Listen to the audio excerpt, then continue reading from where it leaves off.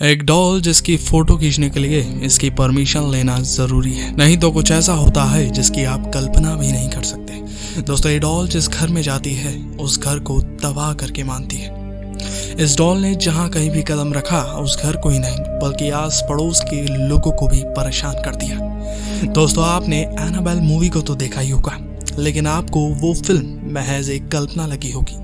आपको लगा होगा कि ऐसी डॉल आज की दुनिया में एग्जिस्ट ही नहीं करती होगी, लेकिन आप अगर ऐसा सोच रहे हैं तो आप सरासर गलत हैं। ये डॉल सच में मौजूद हैं, हालांकि इसका नाम एनाबेल नहीं है, इसका नाम है रॉबर्ट द डॉल। ये डॉल किसी भी तरह से कोई आम डॉल नहीं है, ये डॉल बेहद ही खतरनाक डॉल है। चलिए आपको इसकी डरावनी कहानी के बारे में बताते हैं। फ्लोरिडा साल 1906। रॉबर्ट यूजिन ऑटो को उसका नौकर एक डॉल देता है। कहा जाता है उस नौकर को रॉबर्ट की फैमिली बिल्कुल पसंद नहीं थी और आपसी रंजिश के चलते उसने उस डॉल पर काला जादू कर दिया था। उसके बाद ही उस नौकर ने वो गुड़िया रॉबर्ट को दी थी। रॉबर्ट एक बहुत छोटा बच्चा था। उसको जब से वो गुड़िया मिली थी वो बहुत खुश रहने लगा था। वो इतना खुश इससे पहले कभी नहीं हुआ था। रॉबर्ट ने उस गुड़िया को अपना बेस्ट फ्रेंड मान लिया। वो पूरे दिन अपनी डॉल के साथ खेलता और रात को उसी के साथ सोता भी। उसकी दीवानगी यहाँ तक बढ़ गई कि वो डॉल को शॉपिंग के लिए लेके जाने लगा। कमरे में उसकी एक सेपरेट अलमारी बना दी, उसमें उसके कपड़े रखने शुरू कर दिए। वो अपनी डॉल को रोज नए कपड़े पहनाता था। उसके पेरेंट्स को ये सब आम लग रहा था।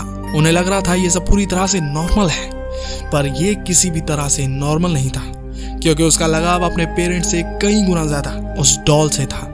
इसका रिजल्ट ये हुआ, जल्द ही हालात बिगड़ना शुरू हो गए। रॉबर्ट का पागलपन, उसकी दीवानगी इस हद तक बढ़ गई कि वो उस गुड़िया को एक जीता जागता इंसान मानने लगा। तभी से रॉबर्ट ने ध्यान दिया कि घर से धीरे धीरे चीजें गायब होना शुरू हो रही हैं। रॉबर्ट का कमरा फैला हुआ रहने लगा है। इसको लेकर उसको डांट भी पड़ती थी अपने पेरेंट्स से, लेकिन उसका जवाब सिर्फ ये होता था कि ये सब उसकी गुड़िया ने किया है। रॉबर्ट कहता अपने पेरेंट्स से कि उसकी गुड़िया ही घर को फैलाती है, पर उसके माता पिता अपने बेटे की बात पर विश्वास नहीं करते हैं, और ऐसा ही ज्यादातर होता भी है। जब भी कोई बच्चा अपने पेरेंट्स से कोई ऐसी बात कहता है जो किसी भी तरह से नॉर्मल नहीं है, उसकी बात पर विश्वास नहीं किया जाता, और ऐसा ही रॉबर्ट के साथ भी हुआ। रॉबर्ट के पेरेंट्स को लगता कि रॉबर्ट बहाने बना रहा है और इसीलिए उसे हर बात पर डांटा जाता, लेकिन हर बार रॉबर्ट का एक ही जवाब होता, ये सब तो मेरी गुड़िया ने किया है। तभी एक रात को रॉबर्ट की गुड़िया उसके साथ न सोकर रॉबर्ट के सामने बैठी हुई है और रॉबर्ट को लगातार घूर रही है। ये देख रॉबर्ट के पसीने छूटने लगते हैं, उसे बहुत डर लगने लगता है। तभी कमरे में रखी हुई कुर्सियां हवा में उड़ने लगती हैं। कमरे का गेट अपने आप खुलने और बंद होने लगता है। ये देख रॉबर्ट बड़ी जोर की चिल्लाता है। रॉबर्ट की चीख सुनते ही उसके माता पिता कमरे की ओर फौरन भागते हैं। उन्हें लगता है शायद कोई चोर या फिर कोई किडनैपर घर में घुस गया है, लेकिन जैसे ही उसके माता पिता रॉबर्ट के कमरे में घुसते हैं उससे पहले वहां पर सब कुछ शांत हो जाता है। लेकिन रॉबर्ट एक कोने में बहुत ही ज्यादा डरा हुआ और सहमा हुआ बैठा हुआ था। कमरे में सारा सामान बिखरा हुआ था। वो गुड़िया वहीं टेबल के ऊपर बैठी हुई थी। इन सब घटनाओं के बाद रॉबर्ट का प्यार अपनी गुड़िया के लिए और भी बढ़ जाता है। रॉबर्ट का पागलपन इस कदर बढ़ जाता है कि वो पूरे दिन कमरे में बैठकर उस गुड़िया से अकेले बातें करता रहता है, और वो गुड़िया भी उस बच्चे से बातें करती है। कई बार पड़ोसियों ने भी इस बात को रॉबर्ट के माता पिता को बताया। उन्होंने कहा कि रॉबर्ट एक गुड़िया से बातें करता है और गुड़िया भी उससे बातें करती है, और साथ ही पड़ोसियों का ये भी कहना था कि गुड़िया तुम्हारे घर में घूमती फिरती रहती है जब तुम्हारे घर में कोई नहीं होता। अब ये सिलसिला बढ़ने लगा। अब रॉबर्ट के माता पिता भी इस बात से परेशान होने लगे।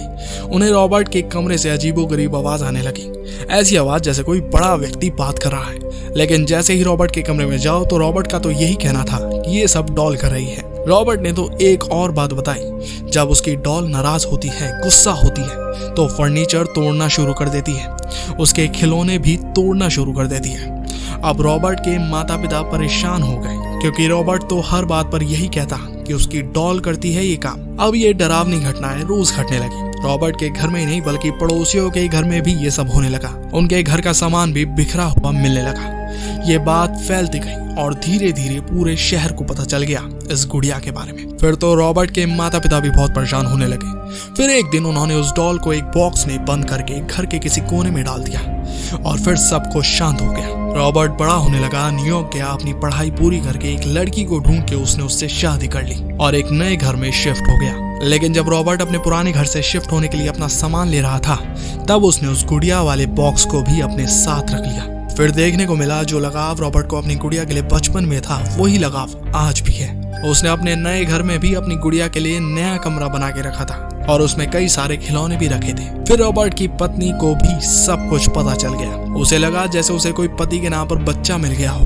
उसकी पत्नी रॉबर्ट से कहती कि जब भी वो गुड़िया से मिले तो कमरा बंद करके मिले। अब फिर गुड़िया की हरकतें चालू हो गई। वो कभी एक कमरे में तो कभी दूसरे कमरे में तो कभी खिड़की के पास मिलती थी। खिड़की पे बैठा देख आसपास के लोग भी परेशान होने लगे। पड़ोसियों को भी शिकायत आने लगी। रॉबर्ट के रिश्तेदार भी कहने लगे जब वो उनके घर में आते हैं तो ऐसा लगता है जैसे कोई आसपास चल रहा है। ऐसे ही समय बीतता गया और 1974 में रॉबर्ट की मृत्यु हो गई। फिर उस घर में नया परिवार आया। उस नए परिवार की एक छोटी सी बच्ची ने उस नए घर में उस गुड़िया को अपने पास रख लिया। अब फिर से घर में डरावनी चीजें होने लगी और उस बच्ची ने अपने माता पिता को एक बात बताई। कहा उसने वो गुड़िया जिंदा है और उसे मार देना चाहती है। फिर बच्ची के माता पिता बहुत डर गए और उन्होंने उस गुड़िया को 1994 में फ्लोरिडा ईस्ट मोर्टेलो म्यूजियम में डोनेट कर दिया, या यूं कहे अपनी जान से छुटकारा पा लिया। लेकिन गुड़िया की डरावनी हरकतें इस म्यूजियम में भी चालू हो गई। गुड़िया को म्यूजियम के एक शीशे के एक बॉक्स में रख दिया गया, लेकिन फिर भी हर रोज म्यूजियम में गुड़िया को छोड़कर बाकी सारी चीजें गिरी हुई मिलती थी। इसको देख गुड़िया के लिए एक अलग से कैबिन बनाया गया जिसमें खाली गुड़िया रहती है आज भी। आपको बता दें द सन की एक रिपोर्ट के मुताबिक आज भी इस म्यूजियम में इस गुड़िया की फोटो बिना परमिशन के लेना मना है और वो परमिशन खुद गुड़िया की होनी चाहिए, नहीं तो उस शख्स को गुड़िया का श्राप मिलता है और उस शख्स की जिंदगी में डरावनी घटनाओं का सिलसिला शुरू हो जाता है। कई ऐसे लोग हैं जिन्होंने इस डॉल की फोटो बिना परमिशन के लेने की कोशिश की, लेकिन वो लोग नाकाम रहे क्योंकि जो भी फोटो वो खींचते वो अपने आप ब्लैंक हो जाती और उस शख्स की जिंदगी में डरावनी घटनाओं का सिलसिला शुरू हो जाता। फिलहाल आज भी ये गुड़िया इसी म्यूजियम में मौजूद है। आप भी यहाँ जा सकते हैं, पर ध्यान रखें इसकी फोटो इसकी परमिशन लेकर ही लें और हमारे चैनल को सब्सक्राइब और वीडियो को लाइक जरूर करें ताकि हम आपसे बार बार मिलते रहें और देखते रहें सुपर ज्ञान हिंदी। जय हिंद, जय भारत।